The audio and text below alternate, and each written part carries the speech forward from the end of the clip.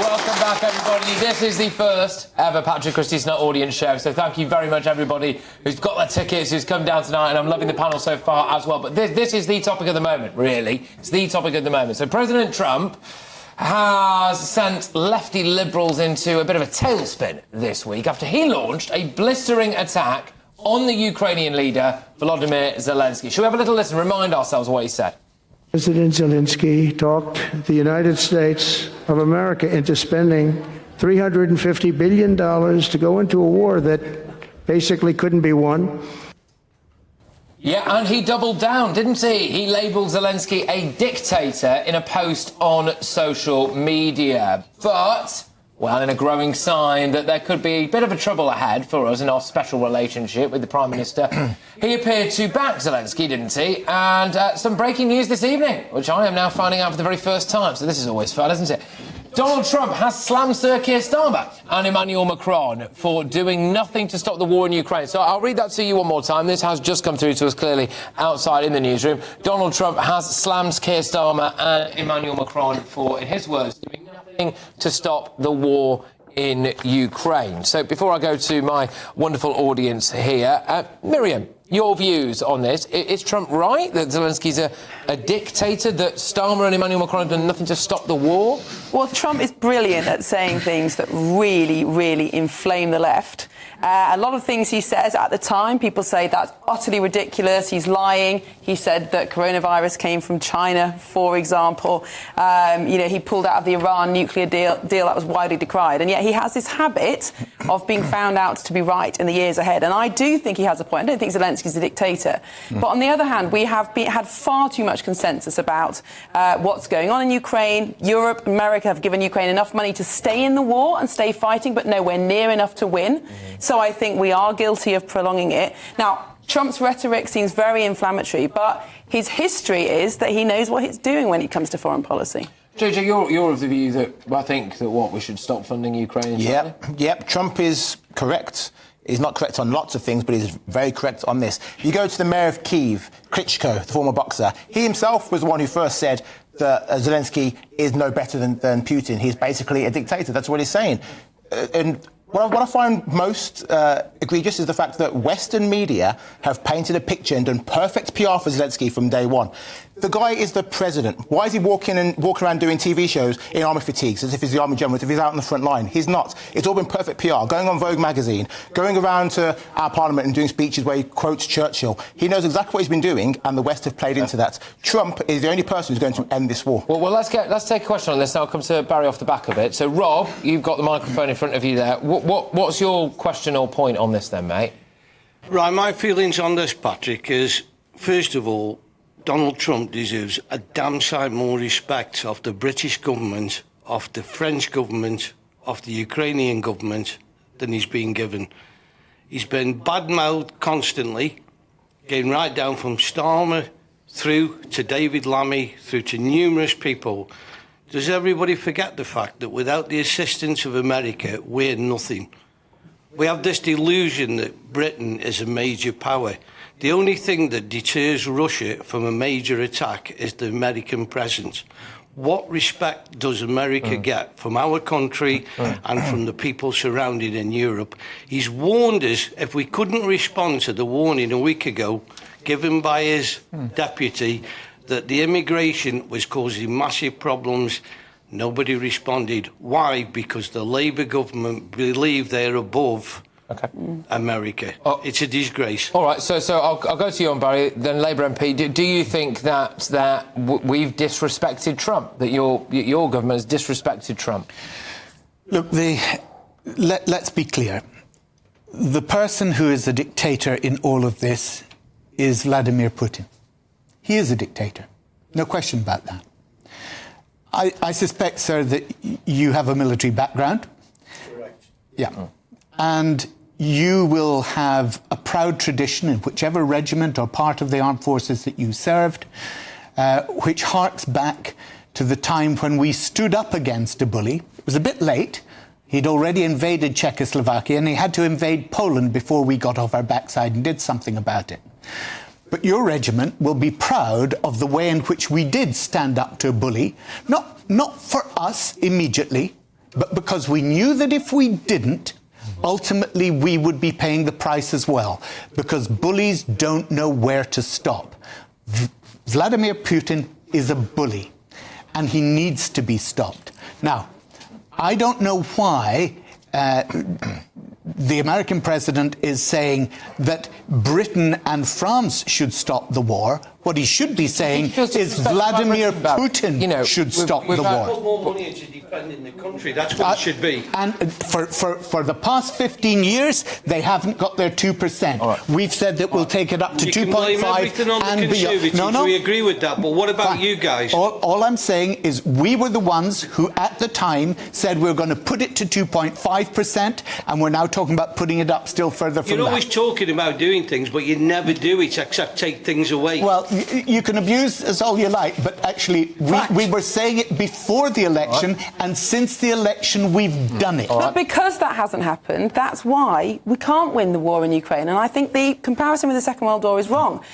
I mean, of course we were wrong to appease, but we weren't actually ready to go to war in 1938, so it was important to delay it, to rearm. We are not in a position to win this war. It's not winnable. We need to have some realpolitik. You can't win it, so we shouldn't be funding it. You've also got to look at, you've also got to look at the fact in the German election debates that happened over the last few days, Germans recognised that the whole amount of NATO's military money that we put in amounts to the same as the whole GDP of Russia. Okay. So we're already putting more than they actually earn as a nation. Why are we saying we put more in? What are we afraid of? All right, well, look, guys, I'm going to pause it there because there's something that I really want to get stuck into next. Shocking new figures this week revealed that 3 million Brits are sitting on benefits with no obligation whatsoever to look for work. I mean, that is double in just 3 years' time. It's doubled. Remarkable stuff, that. Before I go to the panel, before I go to my audience, let's go down the pub with Adam Brooks. Yes, absolutely. Well, Adam, what are you saying about all of this stuff then? The people here have come to hear you. What are your punters saying? Go on, mate. Look, I've spoke to a few of the customers tonight, and the reoccurring theme is that it's just too easy to choose a life of benefits. You know, they're mindful that people need it. It should be a safety net, but that it's being abused, and it's a life choice for many people. A lot of anger, actually. Some of these here are, are tradesmen and work all sorts of jobs. Some of them work 2 jobs, and they're being clobbered for tax in this country. You know, we're one of the highest, I think, in Europe, maybe even in the world for tax. And some say, is it worth working anymore? And they can see why these people just don't want to work, and they want to take the money, sit at home and watch daytime TV. Yeah, brilliant stuff, Adam. I mean, absolutely spot on. I mean, this is the thing. So many people that are there in your pub right now, like you just said, are working 2 jobs, they're trying to make ends meet, etc. And let's be honest with you, the price of a pint is going up by the day, isn't it? What do you want to see done about it, Adam? Should we be trying to make these people go out and look for work? How do you want to do it? Oh, look, of course. I think that it needs to be tightened. We've got a lot of abuse of our benefit system, not only our immigration system, but our benefit system in this country. And hard-working people have just had enough now of paying their taxes and seeing other people have an easy life, and in some cases, we can see that they shouldn't even be in this country, a lot of them, Look, thank you very, very much. That is the wonderful Adam Brooks there. Can we get a round of applause to the studio audience for this main man here? Look at that. What a guy. What a guy. All right, brilliant. So, look, I'll just whiz myself back around to my panel here, and then we're going to go and take a couple of questions from the audience. Well, 3.1 million people languishing on benefits, no obligation to work, JJ. What do we do about that? I'm not sure what we do about it, to be honest, mate, because I feel like I grew up in a working-class household, working-class council estate. It used to be a case of, my parents, you work and you're rewarded with money, and that's, you work hard. You've got to do 2 jobs to pay. That's what you've got to do. People who were on benefits, they were shamed. You'd be embarrassed to have to go out and say, I've not worked, I'm on the UB40, you know what I mean? Whereas these days, it seems like the shame has gone. As a society, we no longer have the shame. It's a case of, yeah, I can't work, I've got a bad back, I'm having a tough day this week, I can't go in, I need to have a mental health day. We've gone too soft and we've made it too easy for people to be able to claim benefits. Have we been taken for a ride, Miriam?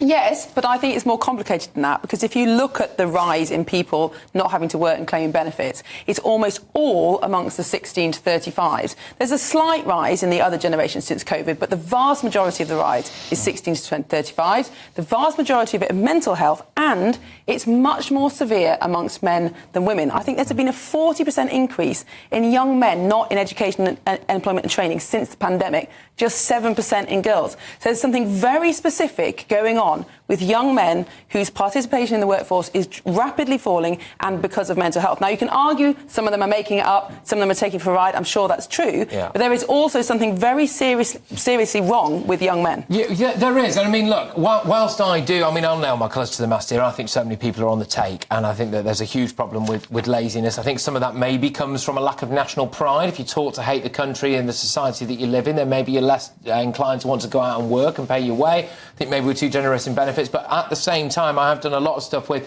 suicide. I think is the single biggest killer of men under 40. Yeah, and it's tripled. So something is and also, we have the highest rates of family breakdown in the Western world, well, in Europe anyway. There's a huge link between family breakdown and particularly young men's mental health in young adulthood. Let's go to the audience. Gavin, is it? Gavin, good lad. Okay, mate, what would you like? Would you want to stand up for us and say what you want to say? Oh, you can sit down then. Sorry, my bad. Come on. Do the hokey cokey while you're there. Right, my question is, you want to shake up the welfare state, right? But because of whatever the cost is, and yes, I know there are a few people that want to fiddle, but that's only a small majority of people. There are genuine people out there that wants to work, but they can't because they really have got disability that won't allow them to work at the end of the day. Right? So you're going to be punishing them as well. Yeah, you want to spend money on the people in Ukraine. So can you tell me the justification in spending money for the people in Ukraine, yet you don't want to help the people that need it, your citizens of this country at the end of the day? OK. All right. Well, I'll throw that to you then, Barry. There's kind of a couple of points rolled into one there. Sure. Look, I think you make a hugely important point about the long-term sick, because actually the people who are told you don't need to come back and have a further assessment, you don't need to look for work, are precisely the people that you're talking about, the people who have long-term disability, long-term chronic illness. And actually, this is what's happened over the past 15 years. We've said to them, no, don't worry, you don't need to do anything. This government has changed that. And actually, I was down at the benefits office just before Christmas to look at... We pay you. We pay you. Go on with you. Go on with you. To look at the new system that they were putting in place. God, you...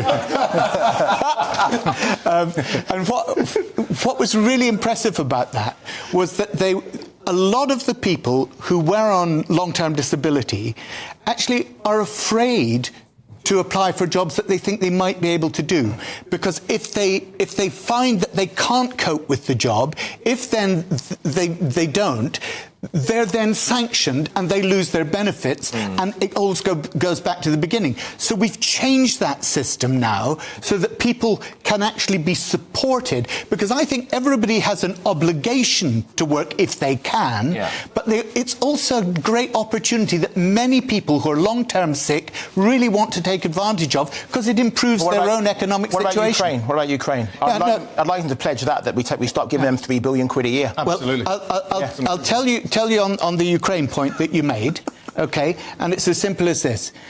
If we see Putin being able to get away with what he's doing in Ukraine, who's next? And then what does it cost us in defending Europe and our allies in NATO?